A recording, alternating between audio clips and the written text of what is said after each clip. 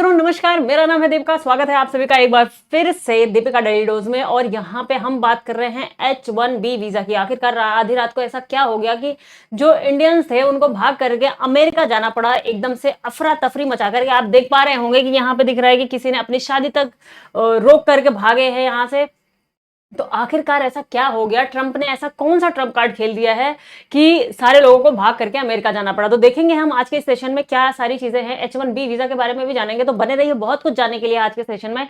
तो बात हम यहाँ पे यही कर रहे हैं कि जो H1B वीजा है, पहली बात तो मैं ये आपका कंफ्यूजन दूर कर दूं कि जो H1B वीजा आप कंटिन्यूसली सुन रहे होंगे न्यूज में, तो आपको लग रहा होगा कि इंडियंस के लिए। इंडियंस के लिए ही नहीं है, ये अमेरिका में एक तरीके का वीजा है फॉरेनर्स के लिए। वो किसी भी कंट्री के हो सकते हैं, जो कि खास करके जो अमेरिकन कंपनीज है, जो अमेरिकन जाइंट हैं, खास करके टेक कंपनीज हैं, माइक्रोसॉफ्ट, मेटा, गूगल, ये सारी जो कंपनीज हैं, वो क्या करती हैं, वो जो स्किल्ड वर्कर्स होते हैं, जो हाईली स्किल्ड वर्कर्स होते हैं फॉरेन कंट्रीज के, उनको अपने यहाँ हायर करती हैं। तो उनके लिए उनको ये H1B वीजा प्रोवाइड करवाना पड़ता है।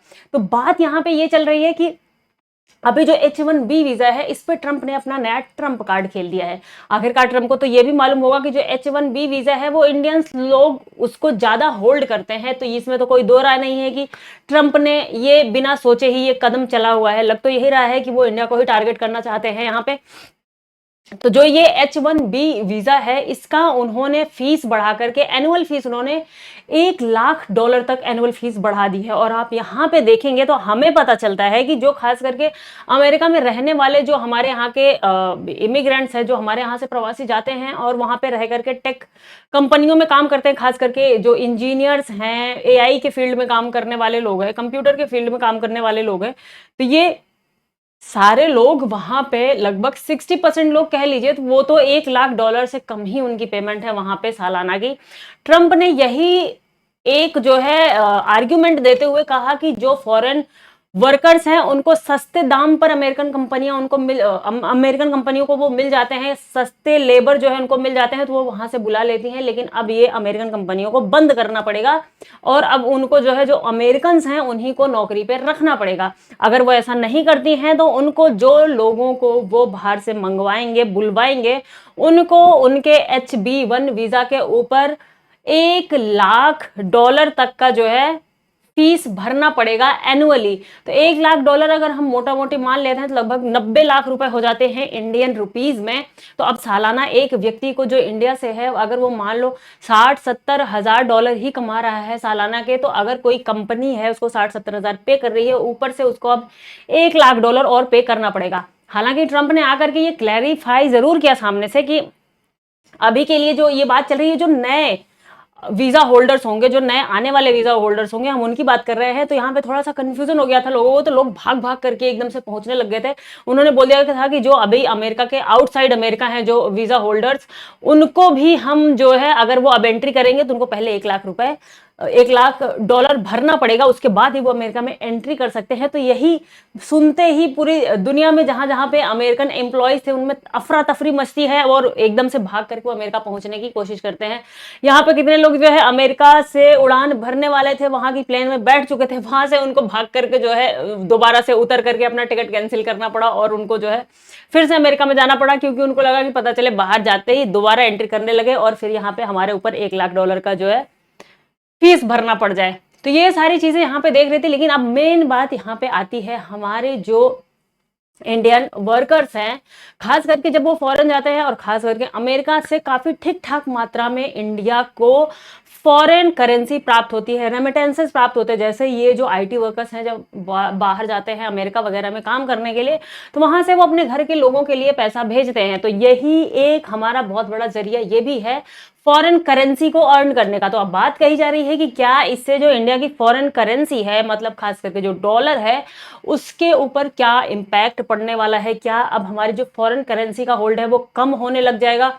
और हमें ये भी मालूम है अगर ऐसी चीजें होती हैं तो इससे इन्फ्लेशन हाइक होने के भी चांसेस कहीं ना कहीं बढ़ जाते हैं। क्योंकि डॉलर उस हिसाब से हमारे लिए फिर एक तरीके से महंगा होने के चांसेस भी उसके, जब जहां पे डिमांड ज्यादा हो जाए किसी चीज की और सप्लाई कम हो जाए तो वहां पे सीधा ये मुद्दा आ जाता है कि अब उस चीज का दाम तो बढ़ेगा ही बढ़ेगा। तो अगर ऐसा होता है हमारे यहाँ पे फॉरेन करेंसी का थोड़ा सा भी कमी होने लग जाती है मान लो, तो उसकी डिमांड तो थोड़ी सी ज्यादा बढ़ेगी, तो अब उसके चांसेस हो सकते हैं कि इनडायरेक्टली सारी चीजों पे मिलाकर के इन्फ्लेशन का भी असर पड़ सकता है। लेकिन लेकिन लेकिन यहाँ पे मेन बात एक लोग ये भी कह रहे हैं कि अगर मान लो जो अभी हमारे जो हाईली स्किल्ड वर्कर्स थे, खास करके जो आईआईटियंस होते हैं, जो वहां से निकलते हैं, टॉपर्स जो होते हैं निकलते हैं, वो भाग के चले जाते हैं, चलो हमारा अमेरिकन ड्रीम है वहां पे पूरा करके आएंगे।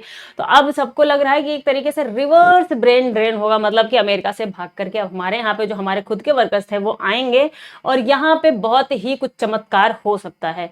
तो लेकिन बात ये होगी, ये एक तरीके से मान लो आप बाहर जो गए हुए हैं हमारे वर्कर्स, वो अगर आएंगे तो एक तरीके से ये हुआ कि वो मजबूरी में यहाँ पे आ रहे हैं। अगर वो आ भी रहे हैं तो मजबूरी में आ रहे हैं, तो क्या हमें लगता है कि अगर उनको यहाँ पे सही से फैसिलिटीज नहीं प्रोवाइड करवाई गई जिस तरीके से उनको मिल रही थी अभी तक बाहर जा करके, तो क्या वो यहाँ पे रुकने की सोचेंगे या फिर वो अपना बोरिया बिस्तर बांध के कहीं ना कहीं किसी और देश में अपनी जो है चीजें खंगालने लग जाएंगे और वहां पे जाकर के फिर से शिफ्ट हो जाएंगे।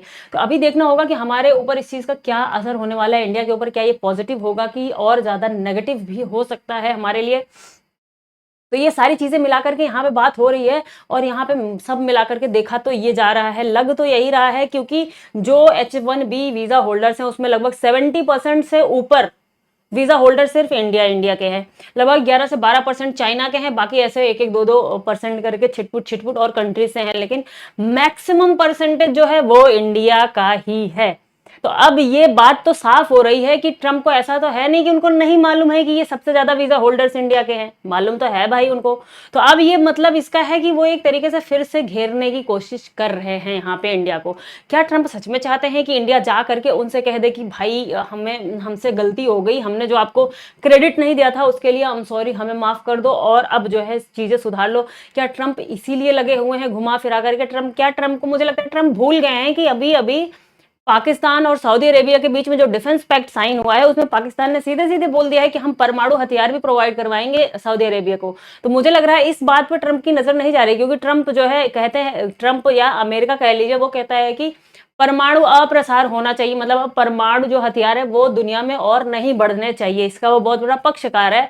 तो अब देखना ये होगा कि क्या उनकी नजर उस पर भी जाती है, वहां पे भी कोई सैंक्शन लगाना चाहेंगे वो, चाहे सऊदी अरेबिया हो, चाहे वो पाकिस्तान हो, चाहे और कोई मिडिल ईस्ट कंट्रीज हो। H1B वीजा के ऊपर उनका एक क्लैरिफिकेशन ये भी आ गया है कि ये एनुअल चार्जेस नहीं होंगे, ये चार्जेस होंगे एक बार कोई जब अप्लाई करने आता है H1B वीजा के लिए तो उसके ऊपर लगेगा, दूसरी बार लगेगा जब वो कोई रिन्यू करवाने के लिए आता है अपने H1B वीजा को, फिर लगाया जाएगा। तो यहाँ पे कंफ्यूजन हो गया था लोगों के बीच में कि कहीं ऐसा तो नहीं है कि ये हर साल लगाया जाने वाला फी होगा। तो यहाँ पे उन्होंने आकर के क्लैरिफिकेशन लोगों को दिया और उन्होंने कहा जो पहले से ही जिनके पास में है, जो होल्ड करते हैं वीजा को, उनके ऊपर नहीं लगेगा, जो नए लोग आएंगे उन्हीं के ऊपर लगेगा।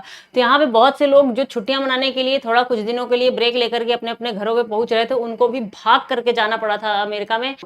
तो इसी के साथ में बने रहिए हमारे साथ में, देखते रहिए दीपिका डेली डोज को, लाइक शेयर सब्सक्राइब जरूर करिए। फिर से मिलेंगे अगले सेशन में। Thank you.